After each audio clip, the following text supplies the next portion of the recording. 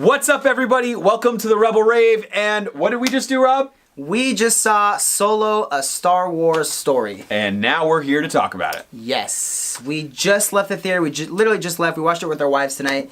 And we do have some thoughts about the movie. But before we do, we wanted to let you know we did shoot an awesome video just last week. It was our own little take on a Childish Gambino song. It was kind of a parody, right? Yeah, parody in Star Wars Solo style. Here, check it out right now. Han Solo. Empire's creeping. They gon' find you. Gonna catch you stealing. Han Solo. Driving's creeping. Hit that hyperdrive. Okay, so that was just a quick clip. At the end of the video, there's going to be a little link so that you can go check it out on your own. Go check it out, watch the full thing. I think it's a lot of fun. It was a lot of fun to shoot. It was just a really fun experience in general, so we hope you guys enjoy it. But that's not why you clicked on this thumbnail. You clicked on this because you want to know what we think or what we thought about the Solo movie. And we have a lot on our minds, Dave. So how should we get into this? So what we're going to do is we're going to talk, I guess, kind of good, bad, and ugly of the film. Spoiler-free at first, and then we're going to do a quick spoiler discussion at the end. And we're going to do that at this time. It's safe. So if you don't want to hear spoilers, stop at that time. Go ahead and click over to the Redbone parody video. Check that out instead until you see Solo. All right, so let's start off with the good. Rob, what'd you like in the movie? Oh gosh, there were some moments that definitely had me on the edge of my seat, Dave. There were moments, there were moments in the movie where I was like, oh wow, I did not see that coming. I saw one review for this movie. I didn't tell you this, but because I didn't want to mess this up for you, but I saw one review that said there's no twists in this movie. Don't be expecting a twist. I felt like there was. I felt like there were a few too. There was a few twists that I was like, oh. So I'm almost happy that I saw that review because it just made it more unexpected when those twists did happen. I did like that. It had several nods to past Star Wars movies and even things that I don't know. He said there was a reference to a video game that I didn't even know existed. So there was just a lot of really cool little nods here and there that obviously our wives had no idea. Some of them went right over their heads. But we really enjoyed them. So I enjoyed the nods. I enjoyed some of those little twists that happened. The moment where Han and Chewie met, which we're not going to spoil or anything like that, I really enjoyed it. I thought it was cool. I was not how I expected it, but I enjoyed it. I thought Lando was just as good as I thought he was going to be, if not better. Dave, what do you have? I think there was a lot to enjoy in this movie. I thought the characterizations were all really great. I think Alden made a fantastic Han Solo. I think Donald Glover made a phenomenal Lando. I liked Emilia Clarke's Kira a lot more than I thought I would. And I loved seeing Paul Bettany in his role as Dryden Voss. He was a really great villain because it's the stakes in this movie, it's not the end of the world or the end of the galaxy. It's not like the huge rebellion versus empire fight. It's much smaller, and he's just a crime boss, and he's a little kooky. So he was such a good villain. He really was a very good villain. Really Very intimidating. When the action set pieces were interesting for Star Wars, they were not traditional Star Wars action set pieces. They were pretty good. There was one I thought that was better than the rest. But they were all fun. I think there was a lot to like in this movie. Overall, I'd say good, not great. Agreed. So do we want to talk about the bad now? Yes, the bad. Okay, so I think my biggest issue with this movie, we didn't learn really anything more from the character Han than we knew coming into this movie, I feel. I feel like we've gotten to see the true essence of Han's character the most in The Force Awakens. Maybe it's because the emotions tied in with his son. We got to see a little bit more heartfelt. The wall is down. The tough guy is down. I feel like we didn't really get to see a lot of that, but I was kind of expecting that. They said it was going to be a feel-good, or not feel-good, but just like a fun movie. And it was, I think it was a little darker than I expected. Just a little bit. But I did enjoy it. It was an enjoyable movie. Now, I will say, there were moments, I mentioned this in our Last Jedi review, that, Canto Bight was that moment that I was just like, okay, I'm getting bored here. Go back to the other stuff.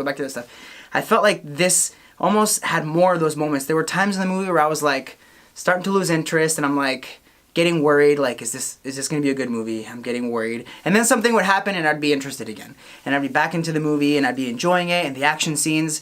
There were some action scenes that, believe it or not, It was a lot of actions and explosions and stuff happening, but I was just still kind of not interested. I was just like, okay, this is like pointless. So that was my struggle. That I feel like it wasn't consistent. Of keeping me intrigued.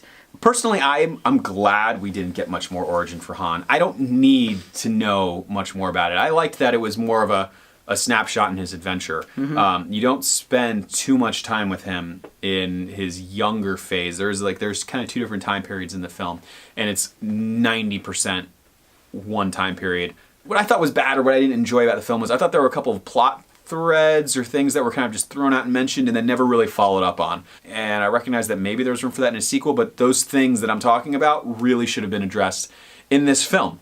I'm not going to say what they are because they're a little bit spoilery. But you will say them eventually. Maybe I'll say them eventually.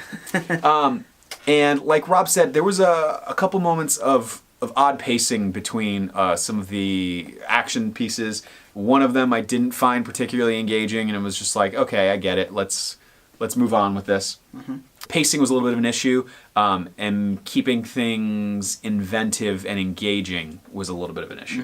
All right, so we've talked about the good, we've talked about the bad. That kind of includes the ugly. Yeah. So real quick, let's do this. Let's give it a out of 10 rating for both of us. Okay. Maybe talk super quick about maybe where we'd place it in our ranking. Oh, that's tough. And then we'll talk a little bit about spoilers. So for me, initial one viewing, it's been an hour since we saw it. I'd give it like a 7 out of 10 at best, probably. There's a lot to like in it. There's a couple things that bring it down. And I'd probably rank it just above the prequels, not as good as Rogue One.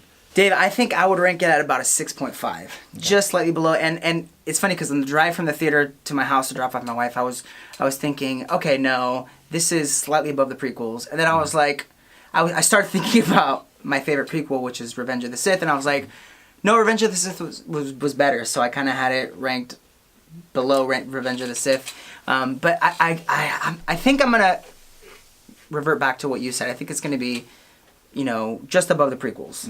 I give it a 6.5. I think I need to see it a few more times. I've seen Revenge of the Sith a million times. Agreed. And so to rank it just like that after an hour after leaving the theater, I think is a little much. So, because again, I would give it a low rating, and then I'd think about, this moment, I really enjoyed this moment, and I'm like, no, it was actually better than I thought.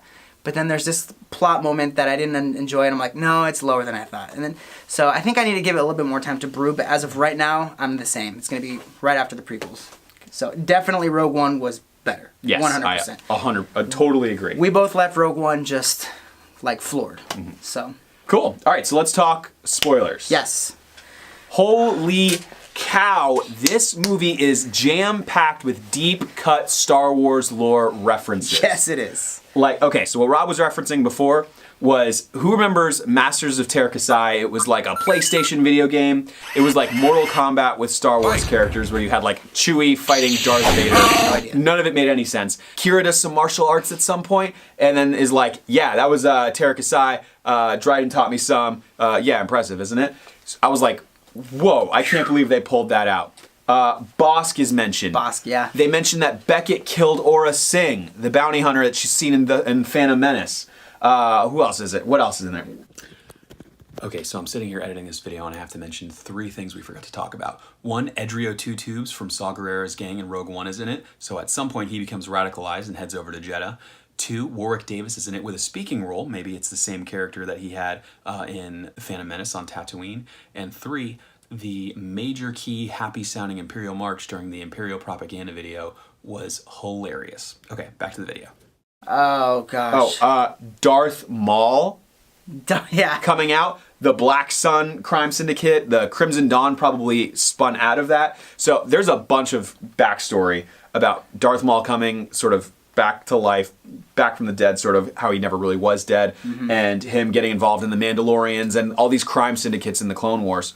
And it looks like that is more of what he was doing before we end up seeing him in Rebels, where we find him trapped in that Sith temple on Malachor.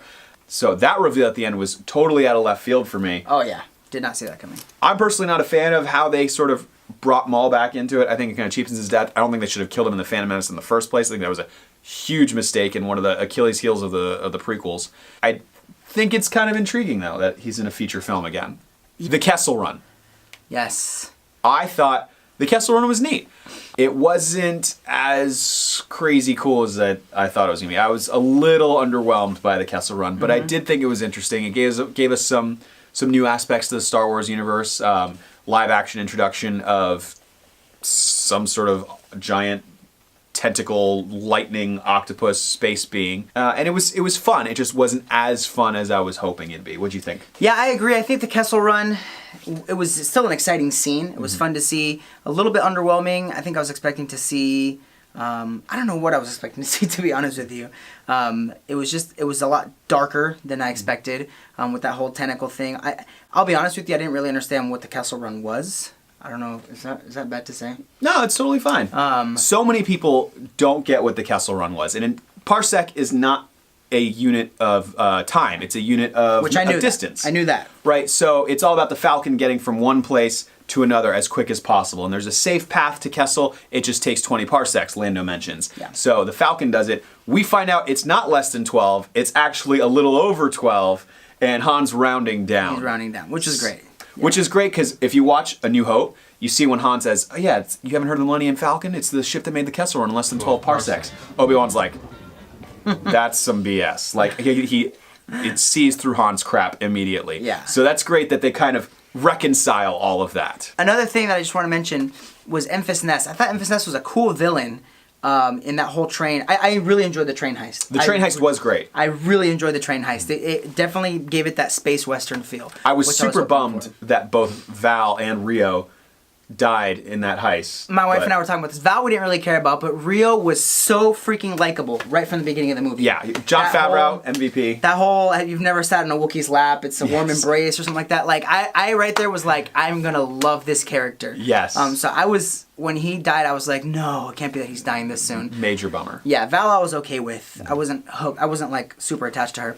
Now one thing that I will say is I felt like, in the trailers we see that moment of the blaster being unbuckled, right before this big duel with Enfys Nest. And to me, it was the equivalent of Luke Skywalker throwing the lightsaber. It was like, oh, that's it? Like, nothing really happened. Like, I could have used a big shootout there. Right. There was no real big shootout that happened between two people. It was just like, okay, here we go, unhook the blaster. I will say Han did have some great one-liners. He definitely lived up to his whole, I'm going to talk my way out of it. I'm going to do what I always do, talk my way out of it. Right. He's great at that. His chemistry with Chewie, on point, too. So good. So good.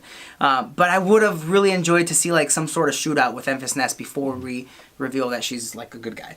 We go from Paul Bettany, who was an incredible villain, I thought. He was so good because when he would see people, he'd be like, "Are you okay? Yeah. How are you? Is everything good?" Yeah. And then he'd kill them. So I thought he was such a great villain. But once he liked died, his weapons, by the way. His weapons are great. Yeah, they were like brass knuckles with lightsaber blades, or like just super blades cool. with Once he dies, I think, okay, Beckett is the bad guy now. Here we go. He's gonna go after Beckett. There's gonna be this crazy cool shootout that's gonna happen. And then he just gets shot and dies. Now, it did have a nice nod to it, which was... Han shot first. Han did shoot first. As soon as he did that, I turned to another friend and I said, Han shot first! Which was cool, but once Paul Bettany died, there's no other villain to... Like, the movie's over, and there's still, like, a good 15-20 minutes in the movie, which left me a little bit like, oh... That's it? Okay. So I did struggle a little bit with that. The last, spoilery thing I want to talk about that I thought was great was Han and Lando interactions. Oh, so good. Most specifically, the end, where they do, the same kind of, abrupt, abrasive, grab, and then, we're going to hug, greeting from Empire. Yeah.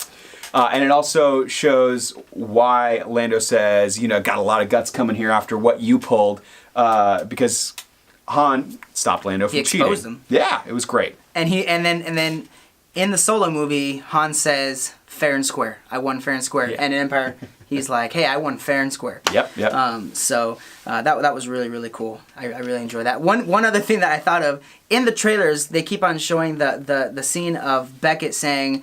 Big shot gangster putting together a crew. Yeah, and then they show shots of Dryden. And so I kind of chuckle in the movie when you realize... He's not talking about Dryden at all. He's talking about Jabba. 100% talking about Jabba. I chuckled at that moment. I was like, oh, that's so cool. I turned to my wife and I was like, he's talking about Jabba. Which is cool because, at the end of the movie, they're headed to Jabba to probably get that big debt that gets him frozen in carbonite. One other thing I think we need to talk about before I have one final question for us is L3. We haven't talked about L3 at all. L3, yes. So, real quick, you weren't that impressed with her? How did you feel about her? I felt like she was kind of, she was kind of negative and really like snippy and it was kind of annoying me, but then I thought about it and, you know, K2SO was the same way, and I need to stop comparing to other droids, but the thing is, in my opinion, I thought they made BB-8 and K2SO such likable droids, and I felt like, to me, like L3 was kind of, she was kind of mean. She's a little more abrasive. She's abrasive, yes, but she was funny. You know, the moments where she's like, don't look at me, I feel like you're looking at me, when she's cutting the bar, and all the little lines about her and Lando, like... I like the droid rights line. I like how there was like an implied relationship, like between Lando and L3, and you know, almost like a married couple. Like you're gonna have to do that thing later, where like you fix my back, or like an uncomfortable thing. Yes. I thought those were funny. Her conversation with Kira about like being in love. It could work. I got a good chuckle out of that. That was funny. And I called her becoming the Falcon's brain. They talk about in Empire how 3PO's like, where'd your ship learn to communicate? I called that happening, so I was happy it did. That was cool. Okay, final question. Okay. Is this movie does a lot to set up other storylines and a potential sequel. A lot of Star Wars movies are coming out. They've got Rian Johnson's trilogy. They got Benioff and Weiss's series. We have no idea how many films that's going to be. We got Episode 9 coming up. There's talks of a Kenobi movie. Rumors broke tonight of a James Mangold-led Boba Fett movie. Which I don't know how I feel about that.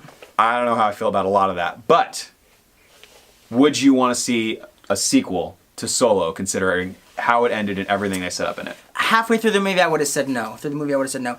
With the ending of Maul and Kira just disappearing, I was talking to my wife about this. I don't like when characters just disappear in prequels and they never reappear. My wife told me not every character has to reappear, which I get that. But, you know, I would like to see, it would be nice to see if there's a continuation of us seeing Maul versus Solo or something like that. That would be kind of cool to see. Maul versus Solo with Kira in there. If there would be a sequel, I'd be excited about it. I'd definitely check it out. Some of the plot threads I mentioned that they kind of just dropped and left would be like, Chewie's family or tribe that he mentioned. That went nowhere in the film. Nowhere. I totally thought, based on the trailers, when we saw him with that other Wookiee-like alien, I thought that was going to be, Mala or Lumpy. Han didn't seem to care about Kira abandoning him. There was no repercussions, like emotional even repercussions to that. Yeah. So I feel like that was a plot thread that was just dropped. This guy was crazy about her, and he just didn't talk about it. I loved Alden as Han. I loved Donald Glover as Lando, and Chewie's great. The Falcon's great. I just like fun adventures in the Star Wars galaxy. I would love to see a sequel to this. Yeah. I don't think it's going to happen. I don't think this movie's going to do that well in the box office. I don't think the general audience is going to connect with it as much. I think it's more for your hardcore Star Wars fans. Yeah. But I would much rather see a sequel to this than a Boba Fett film. Yeah. Or, I don't know, the Benioff and Weiss series thing. I got weird vibes from that. I enjoyed this movie. I went in, I told Dave, right before we went to the theater, I said, I have really low expectations of this movie because I don't want to be disappointed. And I was not. I enjoyed the movie. It exceeded my expectations. I wanted to see the origins of the Falcon. I wanted to see how Lando and Han met. I wanted to see how Han and Chewie met. I also wanted to see how those dice came to be, and we didn't get to see that, and that bothered me. The dice had no impact in the movie at all. I thought they were going to be loaded dice that Han uses to cheat and get the Falcon. Yep. I really was excited to find out what the heck, the origin of the dice, and he just pulls them out, and he has them. We never find out the origin of the dice. Bizarre. Which that kind of bugged me. I would have liked to see how Kira met Han. But, I was talking to my wife about this. I'm like, this was like the love of his life, his first love. And she just left. I feel like we need to see some continuation. They left it very much where he's not the Han Solo we meet at the Mos Eisley Cantina. Exactly.